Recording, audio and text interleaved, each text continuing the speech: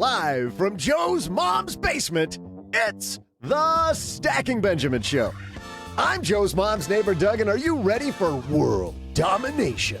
Here to help us build our empires is a man whose last name should be Simoleons because he's accumulated a lot of them. It's the man who created New York's iconic radio station, The Fan, and the former owner of the Seattle Mariners, Jeff Smulyan. For our TikTok Minute, we'll hear from one cougar about how you just might need disability insurance more than you think. And in our headline segment, things are changing.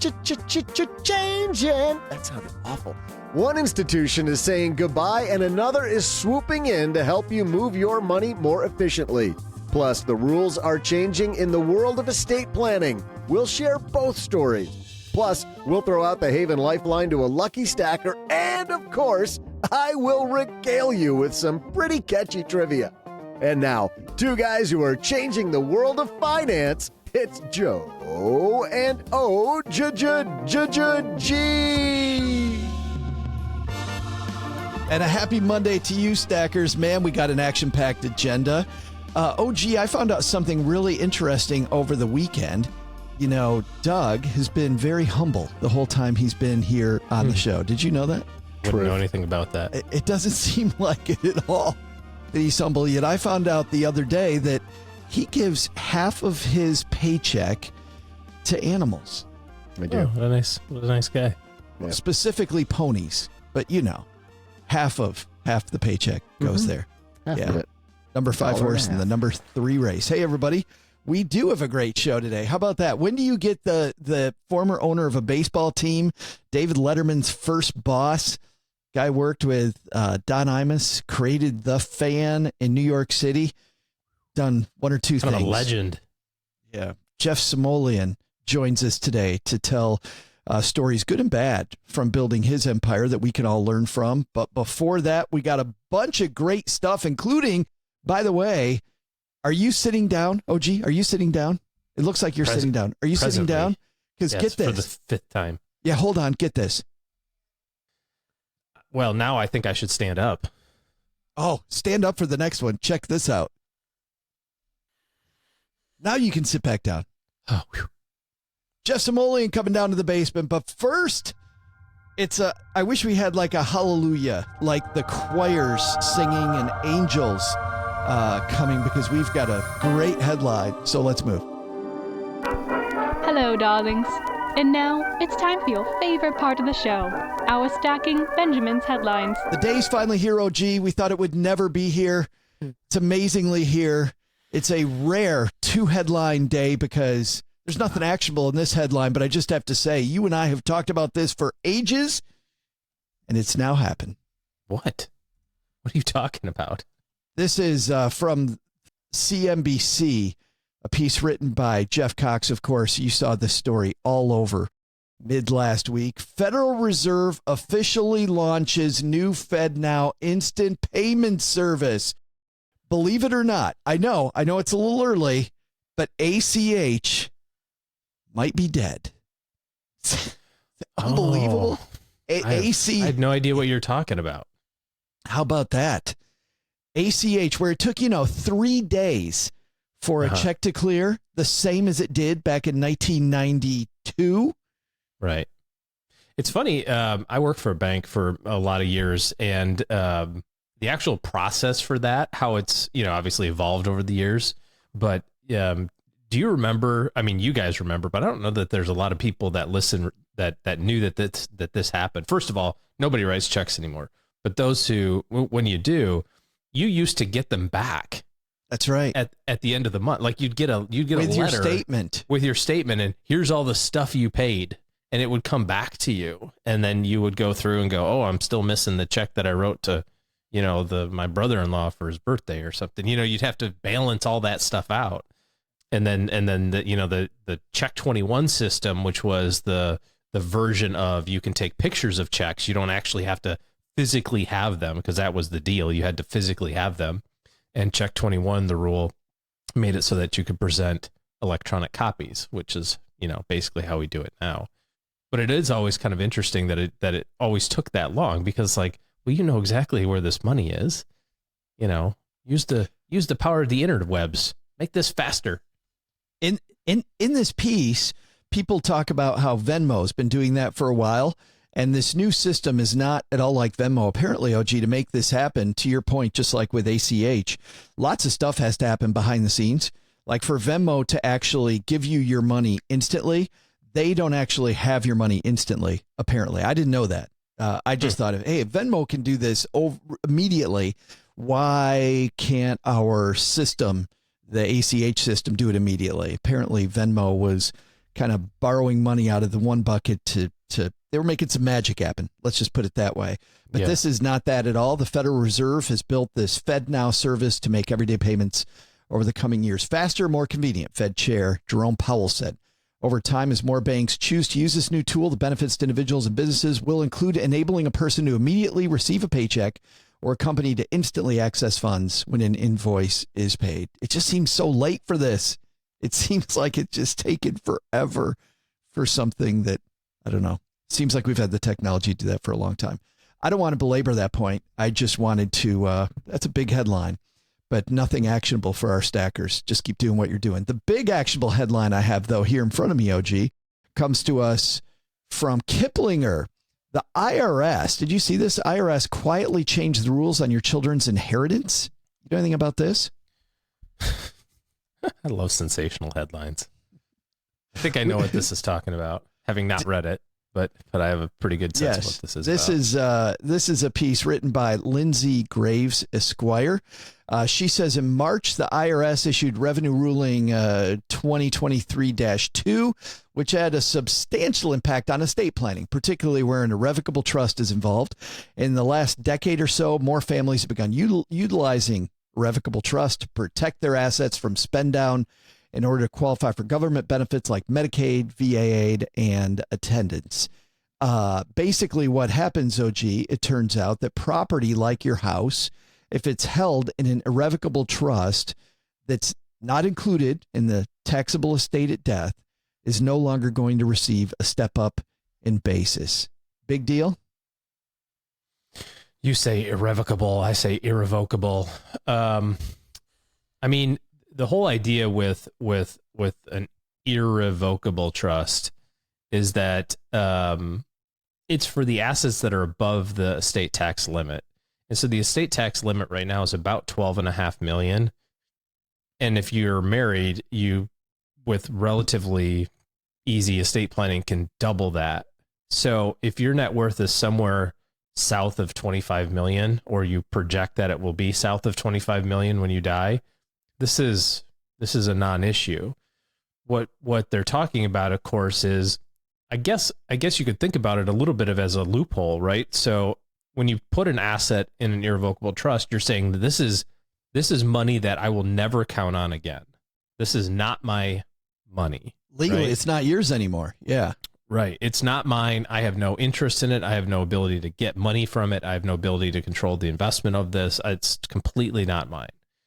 And so if you think about it, if you've just given your money away for the purposes of, like they're talking about, to allow for you to, qualify for different aid or qualify for different benefits because you've said, well, I don't want to claim this. I don't want the ability for this to be touched. Then why would you be able to get a tax benefit in the future on that money, which is the step up in basis? And what the step up is when you inherit money from someone else, you don't have to pay taxes based on their cost of the asset. And I'll give you an example. Let's say that, Grandma and Grandpa bought Apple stock back in 1985 when it was $1 a share, and they've held it this whole time.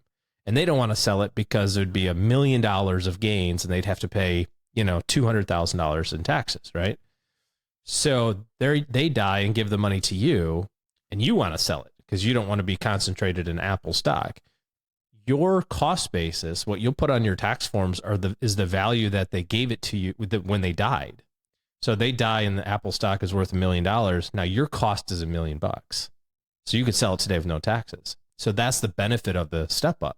And so you think about like big things like farms or, family properties that have been around for a while. If you want to avoid the capital gains tax, you can just gift it to somebody. but you can't have your cake and eat it too. You can't say, well, I got all this money, but I want to use it for my health care or my government. I want the government to pay for me, and I also want a tax break. So you only get one of those. You got to pick. And so I don't think that there's a lot of people that are going to be that need to be using irrevocable trust. Well, the reason she says more families are using it is if you have the need possibly coming up in the far future for long-term care, that to qualify for government assistance for long-term care, which can be incredibly expensive, you have to spend down most of your assets before you get there. So nearly all of them, all but $2,000. You really have to spend all of your money. Yeah. Now to fight against people using irrevocable trust and just pulling a King Lear and giving away all their money as quickly as they possibly can, what the government has done is they have a look back period where right. so you got to really be willing to live on nothing for a long time to be able to make this work, but still which just for a second, think about how silly that is. Yeah. Right? It's like, I've not known there to be a wildly successful, popular, well-run government program. TSP. Does the government run that? I thought you at first my brain went TSA. I was like, have you flown lately? But no, I'm talking about so you're talking about healthcare, right? You're saying I don't want to pay my own money. I want the government to do it. It's like, really? Are you sure about that? Have you thought through this? If you have the resources, right? You really want the government to be in charge of your assisted care later in life? I don't think it should be the number one plan. If you're your go-to. Well, and that's the point. It's like you have to give this money away so far in advance, right? Because of these look back provisions, and some states are enacting lifetime look back provisions because of this particular issue, where they're going, well, we're just going to look at all of your tax returns and see how much money you gave away your entire life. And well, you can't count all that. And so it's just kind of a silly, I've got $2 million in the bank, but I don't want to use that. I want the government to pay for my health care.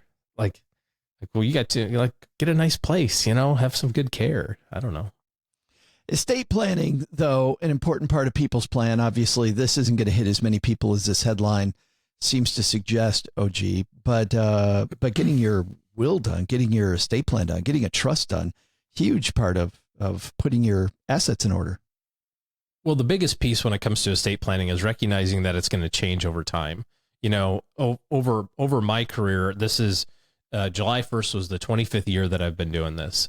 And so over my career, the estate tax limit has been as low as 0, where there was no limit to, the amount of money that you could die with, to, it started at 600,000, where every dollar above 600,000 was taxed, and now it's 12 million. And it's kind of, gone up and down over the years. Estate planning, like financial planning, is not something that you can just go, all right, I did it, I don't have to think about this again. Because there are concerns like long-term care costs, or maybe you have a special needs child or grandchild in your family or something, and in those circumstances, I think it does make sense to be aware of your benefits and that sort of thing. So, you don't necessarily just want to the government has a plan for you and your money if you choose not to have one. They have a default plan, and I'm not entirely sure that that's the best solution. I'll just let the court system decide how my money gets divvied up. They seem like a fair bunch over there. Probably a better idea to take matters into your own hands. Get your estate we're seeing, done. We're seeing, even just kind of anecdotally here, we're seeing all of the leftover stuff with Aretha Franklin. We talked about that, a year or two ago when she passed away, and how there was this stuff going on about she had a will, but it was handwritten in her couch cushions and all this other sort of stuff. Well, it's finally gone to court. And guess what? Half the kids are like, there's no way mom wrote that, and the other half are like, yeah, it says here she wrote it. I don't know. And guess which ones are which camp?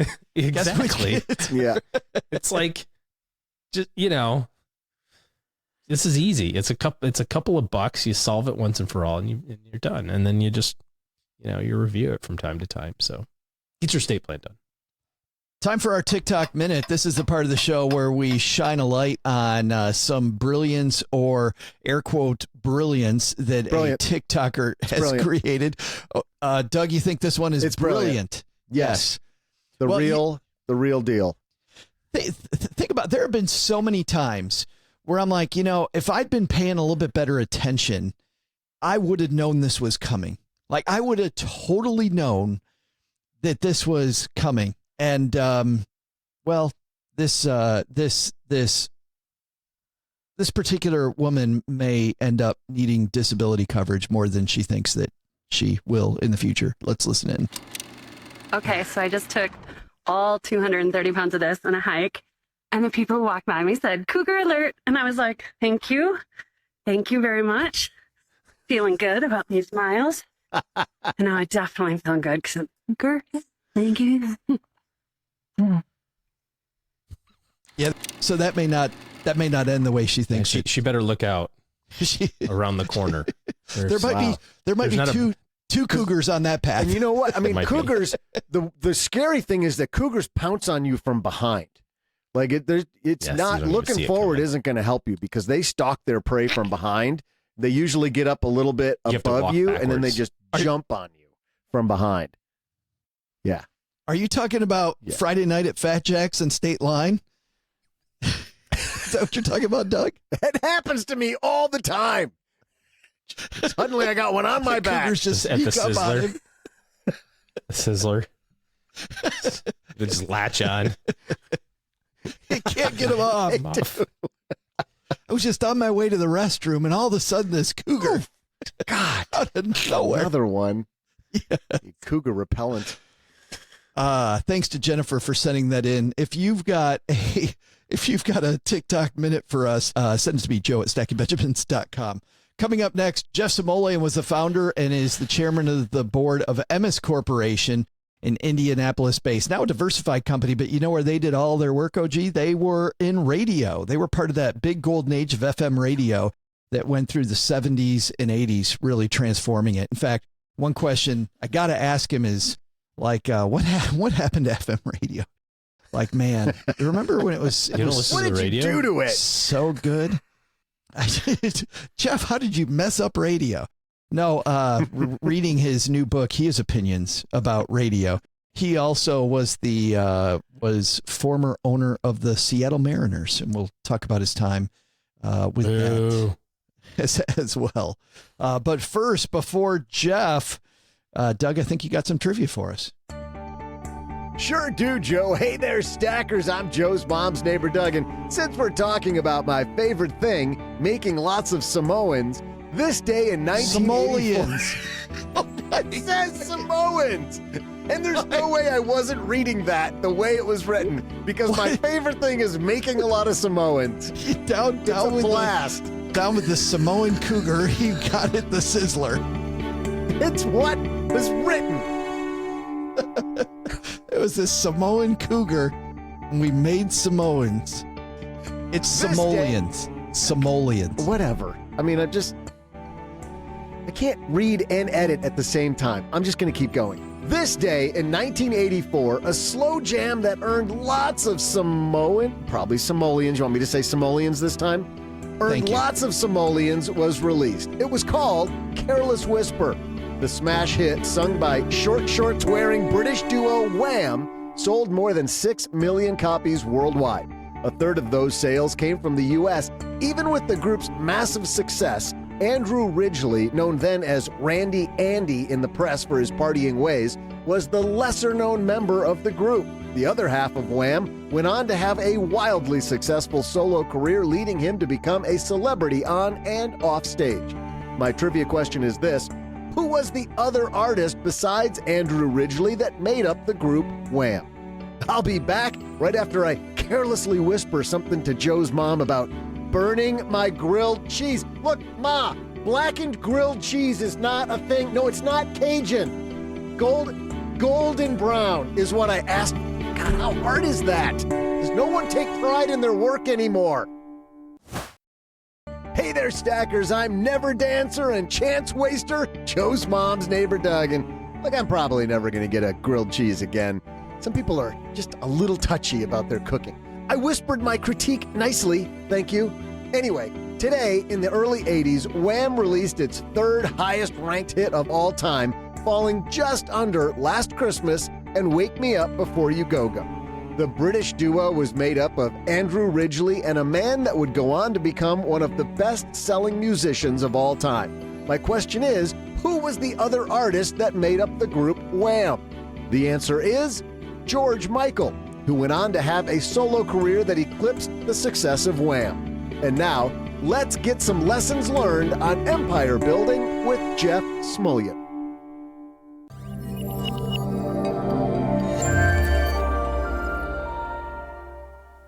And I'm super happy we have him here with us. Jeff Smulyan is here. How are you? I am great. I'm great, Joe.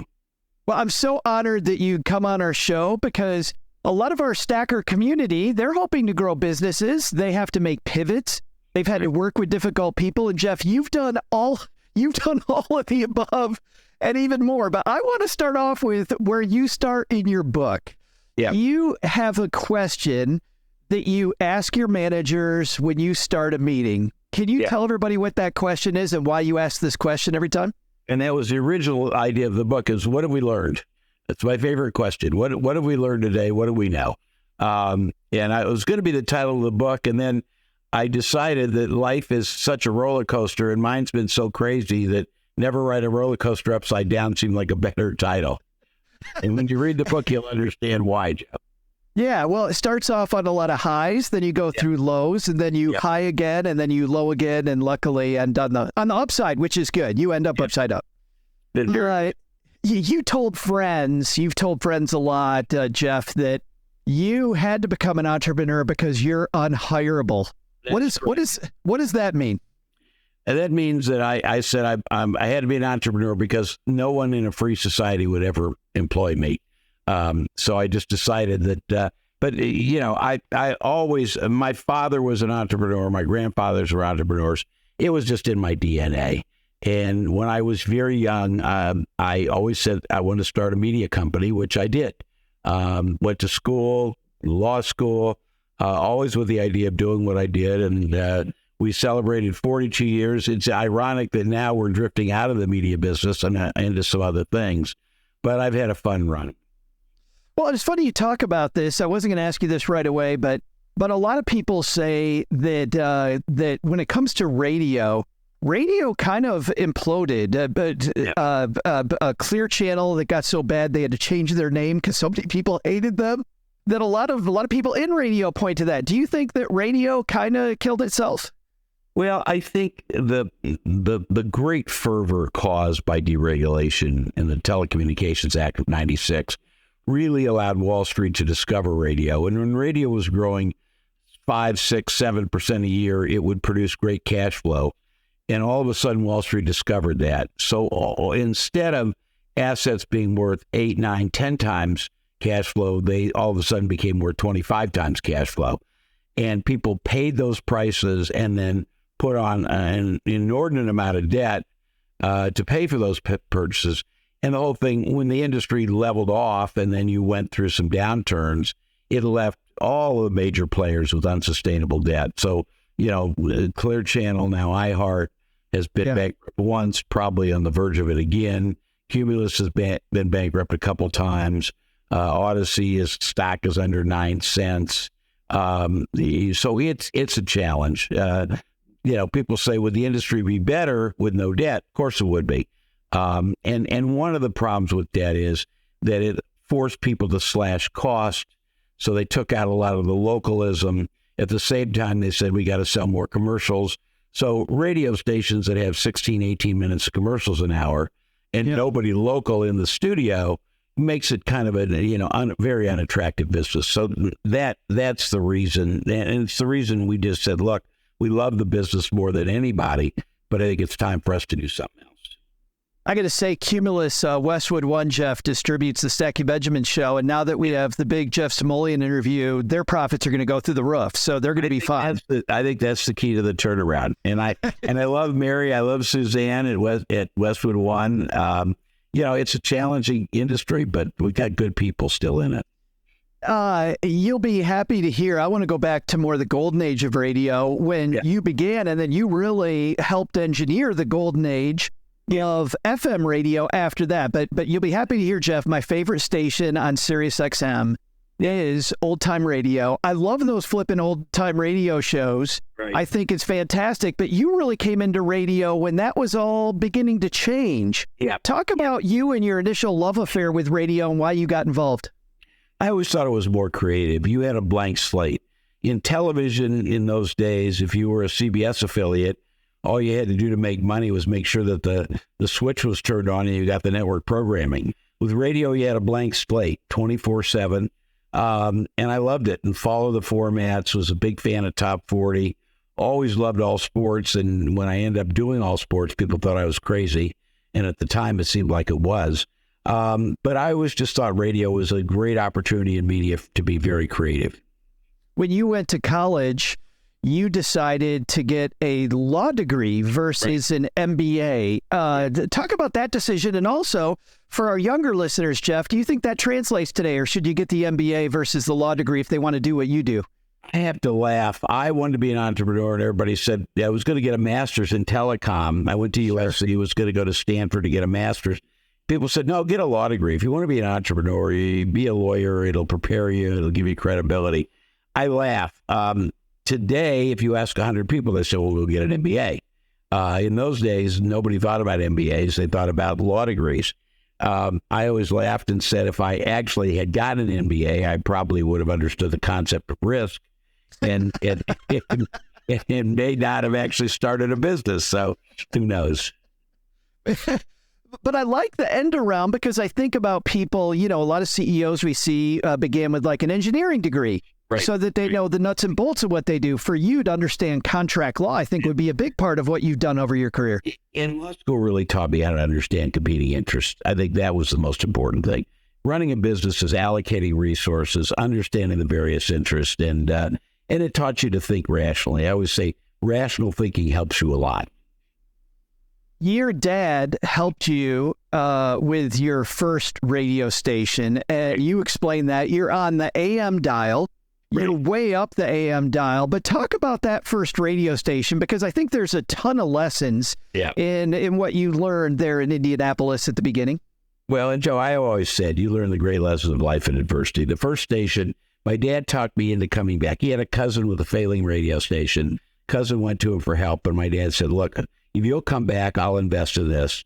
I always say you do your best management in the most impossible situations. It was a daytimer on 1590. For those who know AM radio, the further up the dial you go, the worse you are in terms of signal coverage. Matter of fact, we had one ad that said the world next to your glove compartment, because that's where the AM dial was at 1590. But, had some of the great people. Rick Cummings started his career there. We've been together almost 50 years. Rick's headed up our programming ever since. And we had people know the station because David Letterman was our midday guy. So everybody knows David is the midday guy. But we had a lot of fun. It was a process that was doomed to fail because it just wasn't. You signed off at 5 o'clock at night in the winter, which is tough. People are driving home and the radio station's gone. But we had a lot of fun. Learned a lot. Did some really very creative things there. But I found this really interesting because I feel like you learned how to be different. You learned how to be creative. You learned, a lot of, you're differentiating yourself from the bigger station down the dial, right? Every chance that you get. Right. David Letterman kind of epitomized that. You worked with him. You worked with Don Imus. You worked with Chris Russo, Mike Francesa. You worked with a lot of these big personalities. Yeah. What makes a great radio star? The ability to really relate to people. And every one of those people had the ability to relate in different ways. With David, it was funny because the first station David ever worked on, was really a talk station, news talk. And news talk audiences are old. And in those days, I was 25, David was 25, and I can still remember some of the crazy bits. My favorite one is coming back from lunch one day, and the guy called and said, very old listener, he called and said, Letterman's a communist. You got a communist on the air. And I said, why is he a communist? He said, well, I called him, and I said, in Carmel, Indiana, which is a big suburb, I know there are communists. And I told Dave that. And what do you think he said? And I said, I don't know. And he said, well, Letterman said, you got to give the communists Carmel. The football team's lousy and parking is impossible to find and the streets are always torn up. So give the communists Carmel and hold the line at the next suburb. So we had all, that was David. So David was really reaching an audience which didn't get him. So you had a lot of 25-year-old guys sitting there just howling, listening to this stuff, and old people saying, oh my God, what's wrong with this guy? So it was a lot of fun. I can imagine you reading your Nielsen ratings, Jeff, and it's like a goalpost. You got these young people that are totally into Letterman and right. the other craziness, and then you got these people that just they can't turn the dial. They're so old. Well, that's exactly right. I'll never forget. We had one lady who sent us a postcard, said, I've listened to this radio station for 30 years. I never, ever listened to anything else. And in those 30 years, it had been country, it had been news talk, it had been urban, it had been top 40. And I'm thinking, if this woman did nothing to listen to this radio station, her dial had to be soldered into that position for 30 years. How old are you at this point? I am at this point 76 years old. No, I'm sorry. At that point, yes. At that point, I was about 26, 27. So you come into this, and while the station, clearly isn't going in the right direction, you still, I'm sure, had people that worked at the radio station. You're walking in as a young kid in their 20s, Jeff, and you're changing the entire direction of the company. Right. Yeah, maybe with people around you that are twice your age. Right. That's a difficult move. How do you fortify yourself to pull off that type of a pivot? Well, the most important thing you do as a manager is listen. I think we were good at that. I'm not sure I was that good at that in the very beginning, but I know when I started Imus a couple years later, it was getting great people, listening to them. I have a favorite saying, Joe. I've never met anybody who walks in the door in the morning and says, how do I screw up my job? People want to do well. Our job as managers is to give them the tools to be successful, support them, guide them, and work with them. A lot of being a good leader. We just spoke to a few weeks ago, Oscar Munoz, the retired CEO of United Airlines. It's funny, Oscar and I are on the USC board together. So I know we're on the University of Southern California board together. So I know Oscar pretty well. We similarly had a wonderful time talking, if you can imagine, just what a guy. But he also talks about the importance of listening. But another thing you and Oscar have in common, Jeff, is your ability to tell stories. Like a good leader needs to tell stories.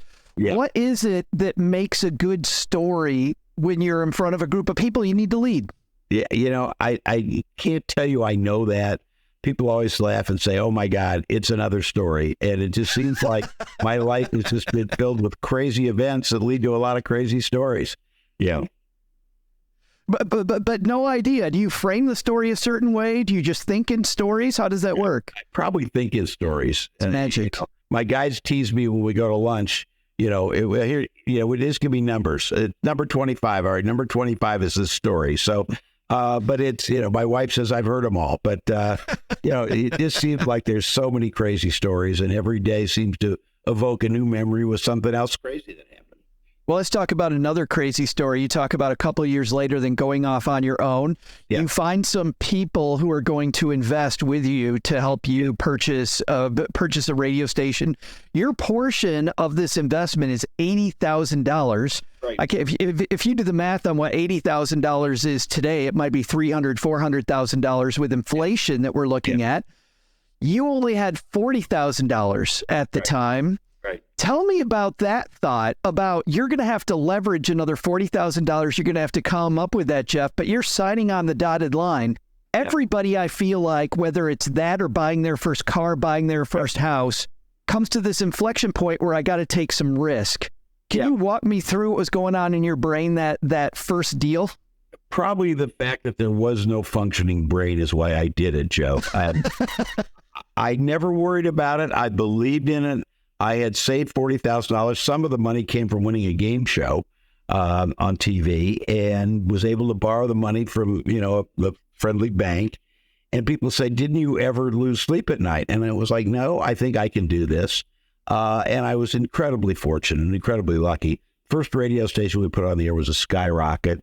The second was a skyrocket. The third was a skyrocket. The fourth took a while, but then it became one of the biggest radio stations in America. So after 5 or 6 years, we had bought in Indianapolis, Minneapolis, St. Louis, Los Angeles. Our station in Los Angeles, Power 106, became the leading hip hop station in the world. So everything just worked well. And then we went out and bought the Doubleday stations. We did all sports radio. Then we bought the NBC stations. So we were really very fortunate. I was surrounded by great people, and we were good at what we did. We understood the radio business and understood finding the right niche in a market and making it work. But people always say, didn't you lose sleep at the beginning? I went, no, I really didn't. It's like, hey, this is what I'm doing. I'll be okay. Is that well? And I guess that's my question, because this is never stated in the book, but I get this feeling that you at the time are just very confident in your mission and the fact that you will not fail. Yeah, I think that's right. Again, I think that's probably more stupidity than anything else. But I felt like we knew the business. I felt like we could attract great people. The hallmark of Imus has always been attracting really brilliant people. And I've been able to work with them, so it's been very successful. And we've been through, some unbelievable ups and some horrific downs. But we've survived everything, I think, because of the spirit of the people and the ability to just work through whatever life throws at you. Well, let's talk about that for a second, because when you go to New York and you're going to, once again with a pivot, you're going to turn a radio station into what now is the iconic The Fan. Right. You're going to create the first all-sports radio station. You do what seems to me, Jeff, like all the right things. You put the right person in charge who's got a format that you believe in. You bring in some of the best out-of-town talent, the best in-town talent, and this thing immediately goes south. Yeah, I was going to say, not so fast, Joe, and all those things. But you had what seemed like the right formula. Yeah, we had the idea. Well, number one, I wanted to do all sports radio when I was daydreaming in a class at USC years before. And when I brought it up to my managers, we bought the Doubleday stations. We'd only bought FM stations. And Doubleday came with a name in New York. The Doubleday family owned the Mets, so they carried the Mets. And I said, this is the time to do all sports radio. And all of my managers, we voted. Imus is a very collaborative group, and they voted and said, epically stupid idea, and voted it down. And one of my friends said, what do you want to do? I said, you cannot lead where others won't follow. So we're not going to do it. And the next day, a couple of my senior people came in and said, look, we're hitting on all cylinders. The company's doing great. We still think this is a stupid idea, but we owe you one. We'll do it. And we did it. We put everything together. It did not work. Jim Lampley called it the Vietnam War of Imus. It was known as Smulyan's folly. And about a year into it, we bought the NBC stations. And in those days, you could only own 1 AM and 1 FM. So we moved it from 1050 to 660. We inherited Don Imus, who at the time was coming out of rehab. I had a great meeting with Don's agent, who I'd worked with before. And I said, let's see if I get this right. The radio station's losing record amounts of money. The baseball team has more drug problems than anybody in the history of Major League Baseball. And Don Imus has been in and out of rehab for the last 5 years. What could possibly go wrong putting all this together? But it all came together. Don, was brilliant. We put Mike and the Mad Dog on, and all of a sudden, this disaster, it became, one of the biggest stations in America. Well, the chapter in the book is my favorite saying, the line between being a genius and an idiot is very fine, and I've been on both sides. So the chapter about WFAN is idiot to genius. The next chapter about owning the Seattle Mariners was genius to idiot, which we can talk about. Well, yeah. No, actually, that's the last topic I wanted to get to, and we'll let people, because we're only talking about the first third of this book. There's so many lessons here, but I want to pause on Imus for a second, because It's funny with Imus as part of the turnaround. You said that some of his saying, some of the things he talked about WFAN were some of the most iconic things, and yet they were all very disparaging. But those brought a ton of new listeners. What were some of Imus's famous sayings about how crappy this radio station was? My favorite bit, and it's still in my entire career, my favorite bit. He would do 6 to 10 in the morning, and at 10 o'clock he would sign off by saying, "This now ends the entertainment portion of today's programming. For the next 20 hours, you will hear mindless drivel from idiots talking about sports.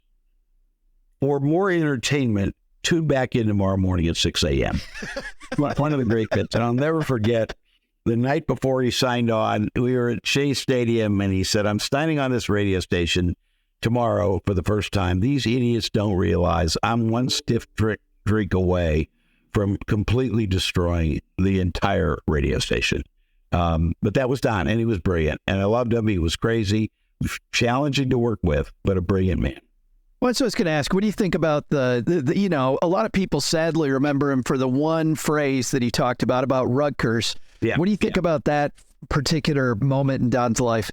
Well, it was certainly an egregious mistake. I think Don, when you have so much success, sometimes hubris, cuts in and you lose some of the filtering that you should have. I think that may have been Don's biggest problem. But, I judge him by his whole career, and he certainly had controversy. He was, a challenge to manage, but a brilliant guy. I always thought it was amazing how Don always seemed to keep himself clean and would create these characters that always said the bad stuff, usually, It was one of his hallmarks. Yes. You draw one more thing about that, just briefly, Jeff, which is you draw a line between him and Howard Stern. Yeah. That Don was certifiably seemed like he was crazy in and out of the radio, where Howard Stern really, you said, had two different personalities. Yeah, Randy Bongard, who ran WNBC and managed both of them at the same time. We'd always talk about the contrast. With Don, whatever you got with Don, you got 24/7. That's who he was. He could be a curmudgeon. He could be challenging. He could be funny, be difficult. With Howard, Howard, you'd listen and you think this is this out of control guy who's doing all this stuff. And at 10 o'clock in the morning, you sit down with Howard and he'd clinically say, I did this. Here was the reason. So it was very cerebral. He was a very disciplined guy. Now, he also went over lines and got millions of dollars. Yeah. So yeah. There's just one general short question I have about your time as the owner of the Seattle Mariners. Yeah. I feel like, Jeff, the time that you owned the Mariners really ushered in this era of prosperity. And yet, when you were there, man, the things that you had to do to even begin to make it prosperous. Yeah, you had a company, Microsoft, that was not investing any money in advertising in Seattle, but they were investing a ton in Toronto. When I read that was incredible. Yeah. You had a city council that was openly hostile to your organization. Yeah. You had a facility, the Kingdome, which is kind of thought about the same way that Tampa Bay's facility is thought about today. We looked at Tampa Bay's facility. We said, "My God, this is definitely better than ours because light comes through." What ultimately went wrong in Seattle? Everything. But and I look back on it. It was the best management we ever did. We created things in the ballpark that nobody had ever done. We did singles nights. We had concerts. We developed a kids zone. My favorite, we because of my old radio days, we developed situational music where somebody would come up to bat, we'd play a song. My favorite one, which should have gotten us in trouble, but didn't. Louis Polonia played, for the Yankees, but when he was in Milwaukee, he had a statutory rape charge. So when he came up, we played She Was Just 17, You Know What I Mean? Oh, no. But we did all sorts we did more fun stuff, indoor fireworks. The Mariner Moose mascot. My dearest friend was president of the team, and the day we sold it, he said, "What could we have done?" I said, "Look, the day we bought it, we were doomed. We didn't have the resources. In those days, we got a $12 million collusion payment. Nobody thought we could never get a cable deal." I said, in those days with baseball, to own the Mariners or the Kansas City Royals, you really had to be a billionaire. If you owned the Yankees or the Dodgers, if you had a paper route, you could be fine. That we just didn't have the wherewithal to do it, but we learned a lot. I was very proud of it. I always said, the best management we ever did is in the worst situations. Well, and I think it's a great place to leave it, Jeff, because that's what I got throughout the book is that the big aha is when things are going bad, that's when you learn the most. Like you don't learn a ton when things are going phenomenally well. You learn a ton when things aren't going great. Absolutely right, Joe. It's, if you can get through the adversity, I always say the most important thing is perseverance, grit, and integrity. If your word matters, nothing else matters. And if you're willing to roll up your sleeves when things are tough, that's when you can find solutions. The book is Never Ride a Roller Coaster Upside Down, the ups, downs, and reinvention of an entrepreneur. If you're somebody that either has a boss, you manage people, you just love roller coaster rides of careers, you're going to love this. Jeff, you can get it everywhere, I assume. Yeah, everywhere that books are sold. I guess most people buy books on Amazon. So if you type in my name or Never Ride a Roller Coaster Upside Down, it'll click on and you can buy it. And we'll link to it in our show notes. Yeah, stackingbenjamins.com. I have to laugh. I did the audiobook and I said my biggest sale was to the CIA because they went to Guantanamo and found that people would rather be waterboarded than listen to me for 10 hours. Which, by the way, we didn't get to this, but you have 11 things that NS employees follow, but there's a 12th one that's unofficial, which is always take the cheap shot. And there it was. Always take the shot, always have laughs. And we've been able to do that forever. Jeff, thanks a ton, man, for helping our stackers. I appreciate it. Thanks, Joe. My pleasure. Thanks. Big thanks to Jeff Smulyan for joining us. I think, OG, one of the things that it took me a while to learn is that you don't really learn anything from your successes. And clearly, like Jeff went through, he's had tons of successes, but just the amount of time he spends talking about his failures and talking about what could have been different. And the fact that he learned from those failures and took a break. Like, I feel like we take our failure moments like, yeah, I don't want to talk about those.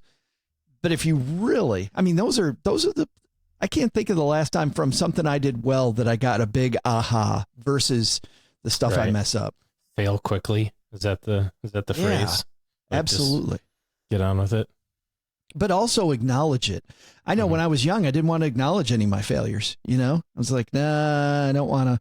And I don't know if that's, easier for me to say now, because then I had to make sure my boss thought I was great. So you had to do some marketing with your boss and stuff. But still, I think there's something in finding the right way to own it, to own your failure. You're either winning or learning, right? Those are the two options. Yeah, I'm glad you said that, OG. I used to do that with in team meetings that I had all the time, where we would, every team meeting, somebody would have to talk about a failure and, OG, what they learned from it.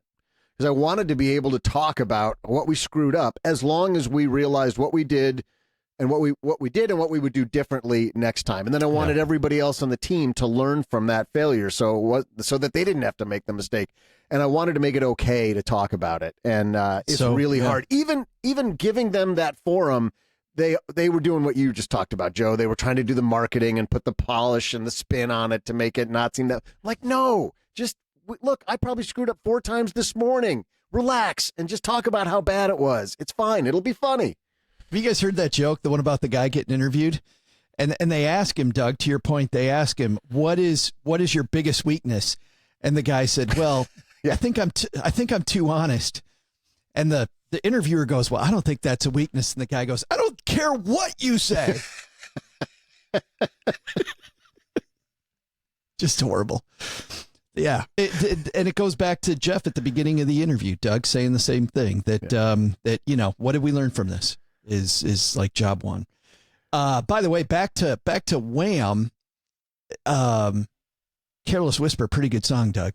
Pretty good song. It is a pretty good song, but it is not George Michael's best, as we both know. A different corner. Definitely. After we talked about that late last night, listening to the rain come down, I was blasting A Different Corner. No, like you weren't. I was. Swear to God. Really? Probably listened to it 3 times in a row. It was beautiful. Cheesy ass goodness right there. So I don't know what you guys are talking about. So good. Oh, just a And I bet because he released that as like a single. It wasn't even part of his albums. So everybody listening right now needs to go hit up Spotify or iTunes and listen to it. Just get ready to chill. Good song. A different corner. Hey, time to throw out the Haven Lifeline. This is the part of the show where we tackle some of life's most important questions. Our friends at Haven Life Insurance Agency, OG, they put what you value first. Dramamine. What? Oh, because he's at Cedar Point right now, and he's getting a little motion sickness. I had lost the reference. Funny what half an hour will do. Yeah. It's why they've made buying quality term life insurance actually simple. You're probably thinking about your life insurance decisions as you're climbing every roller coaster hill. You stand in line for 45 minutes for one of those rides. You're funny. They have fast passes, bro. You go to stackingbenjamins.com/Haven Life to get your free quote. Love what they're doing at Haven Life. Because the application, yes, it's simple. It's online. By the time, even in the fast pass lane, by the time you get to the front, you've already got your life insurance. Application simple, online, instant coverage decision, prices are affordable. Matt from Haven Life may be like, yeah, we're fast, but you might not have your life insurance yet. Can we send them a bill for not only this spot, our genius, but for the marketing genius that you just came up with? Because they need to be posting like little ads in the waiting line. Get your roller coasters. Life insurance is going to sell like hotcakes while you're standing in line for a roller coaster. How horrifying would that have be? You guys seen? Have you seen the? I think it's the newest one. It you go up and then it flattens out. Takes out your lower intestine. Yeah, and it you dangle over the 90-degree drop. Oh yeah, for like 6 seconds before it releases. I've done one of those. So like great. You go and then you start to. Mm-hmm. Yep. And then it goes. Yep. Oh. No, I like that. I love all of those. I haven't been in a while, but I love roller coasters. Come on down. I love all that stuff. There's still time. You can make it. Their prices are affordable. Application simple. It's online. You get an instant coverage decision. Go to stackingbenjamins.com/Haven Life before you head to the theme park. All right. Today we're going to throw out the lifeline to Jennifer. Say hi, Jennifer. Hey, Joe and OG. Greetings from a fellow Michigander turned Texan. Go Blue. My name's Jen. I'm 42 years old and just started classes to become a CFP. Through listening to a bunch of personal finance podcasts, I've kind of figured out that is my passion. I've had my CPA license for 7 years, but am wanting to make that transition. So any tips, tricks, or advice y'all could give me about getting my CFP, I would greatly appreciate it. Also, how to get those 6,000 hours in while also working a full-time job that is not personal financial planning. Tips for that too would be great. I love y'all's show. I've been binge listening to it for a while now, trying to catch up. And you can give Doug my t-shirt. Bye. Jen, thank you so much for the call. Congratulations on starting this journey. It's a great, great journey, by the way. And we were just about to hand Doug your shirt when we realized, I looked at it, it's a women's cut. It's a women's cut shirt. That looks great on me. So I think we need to save the women's pile. Yes. Do not allow it. I'm sorry. Did you hear how many y'alls she slipped in? Like she's trying to convince all the Texans she's native. I don't know. She lost me at Go Blue. I didn't hear what the whole question was about. I had no idea. That's when OG started taking notes.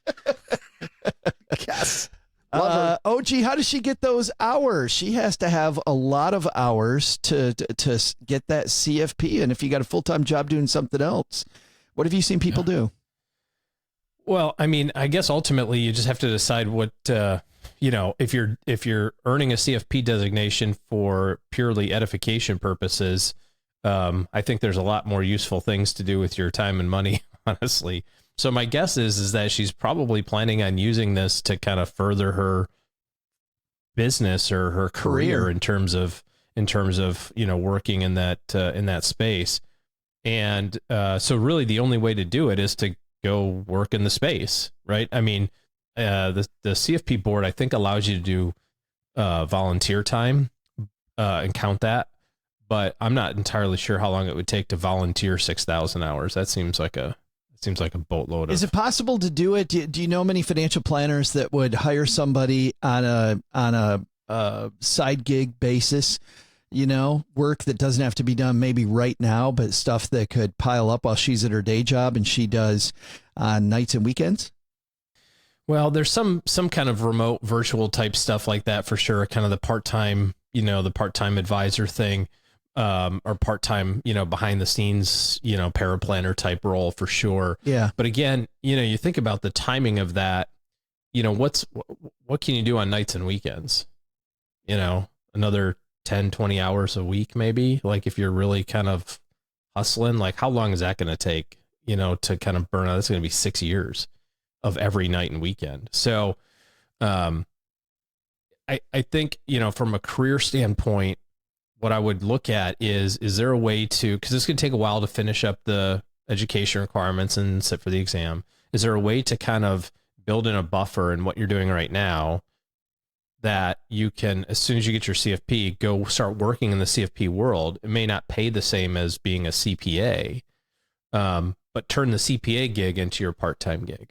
You know what I mean? Well, like flip it around, go get a job as an advisor, which will pay, decent money. I mean, it's not going to be like a tenured CPA money yet, but it will get there.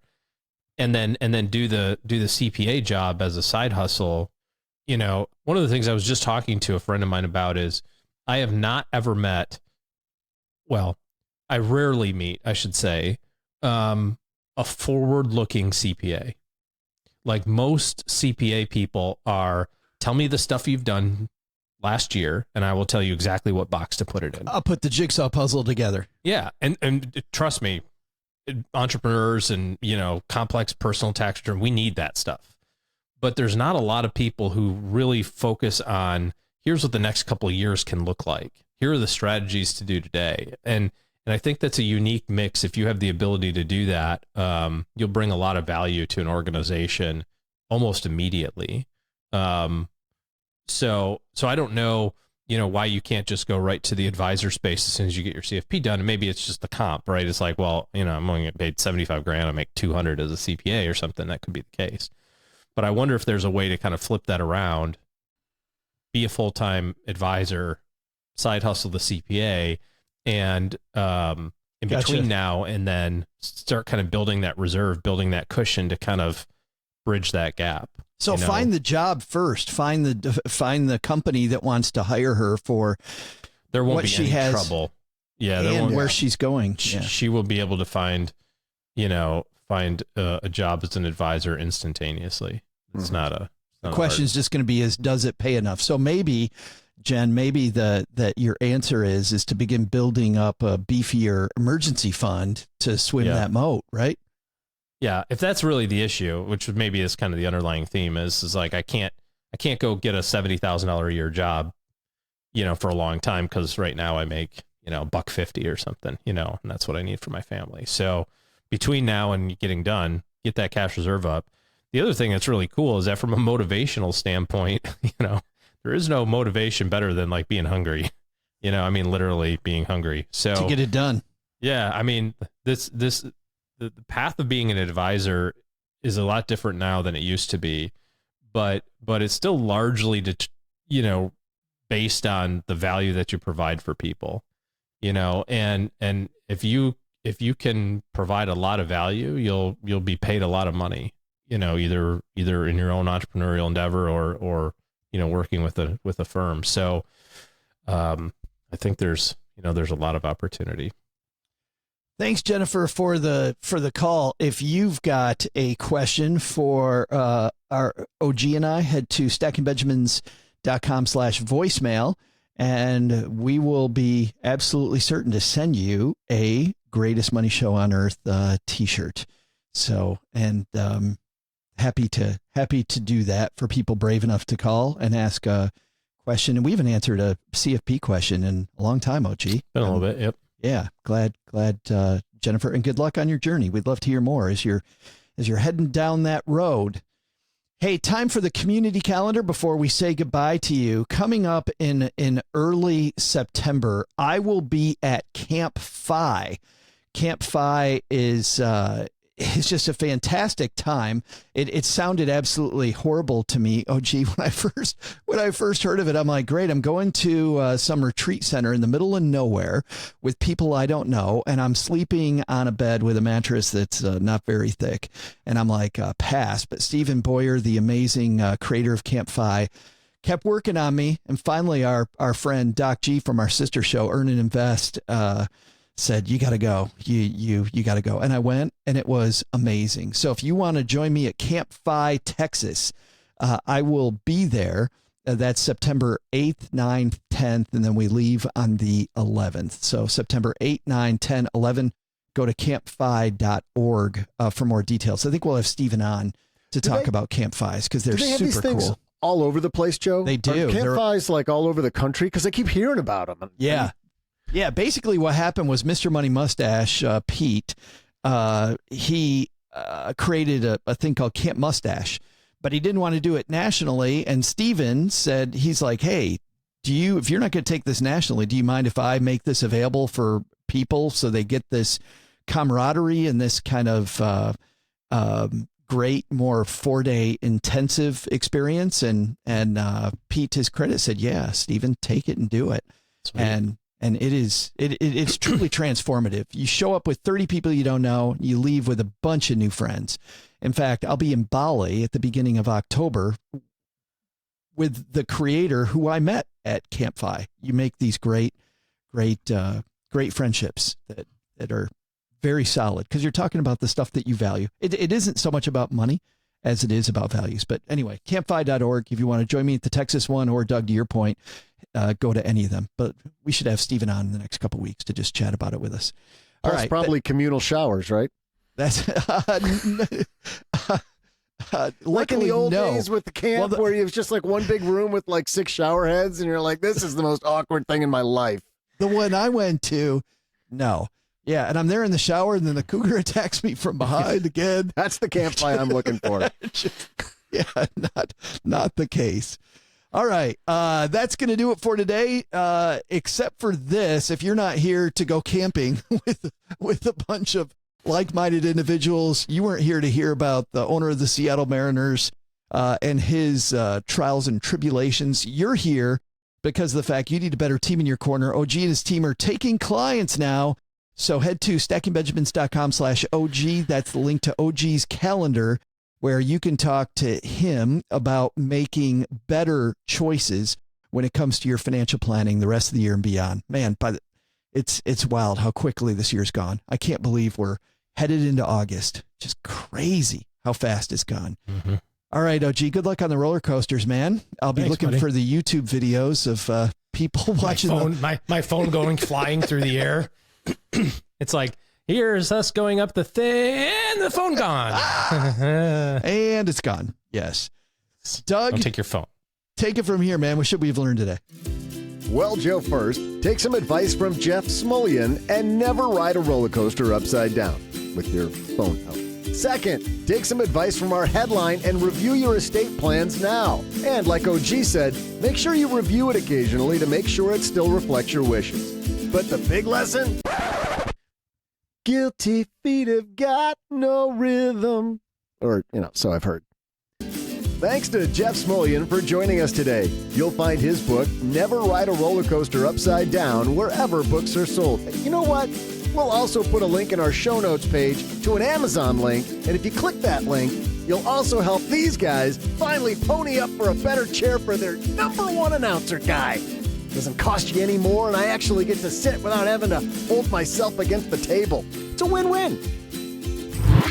You know, Joe, this part of the credits is so important to me, I had to go put on my favorite shirt. Let's do this. This show is the property of SB Podcasts, LLC, copyright 2023, and is created by Joe Saul-Sehy. Our producer is Karen Repine. This show was written by Joe Saul-Sehy with help from me, Doc G from the Earn and Invest podcast, and Lacey Langford from the Military Money Show. Kevin Bailey helps us take a deeper dive into all the topics covered on each episode in our newsletter called The 201. You'll find the 411 on all things money at the 201. Just go to stackingbenjamins.com/201. Tina Eichenberg makes the video version of this show. Once we bottle up all this goodness, we ship it to our engineer, the amazing Steve Stewart. Steve helps the rest of our team sound nearly as good as I do right now. Want to chat with friends about the show later? Mom's friend Gertrude and Kate Yunkin are our social media coordinators, and Gertrude is the room mother in our Facebook group called The Basement. So say hello when you see us posting online. To join all the basement fun with other stackers, type stackingbenjamins.com/basement. Not only should you not take advice from these nerds, don't take advice from people you don't know. This show is for entertainment purposes only. Before making any financial decisions, speak with a real financial advisor. I'm Joe's mom's neighbor, Doug, and we'll see you next time back here at the Stacking Benjamins Show.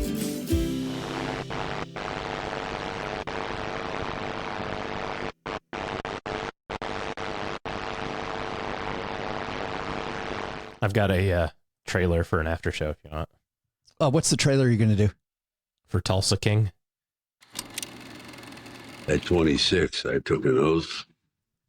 You know the one. I've been asked if what I did was worth 25 years. Now, I'm going to see if it was. White and Fritz, I want you to go to Tulsa. Serious? Need a cat? So, where to, boss? You could earn like crazy. Do whatever you want.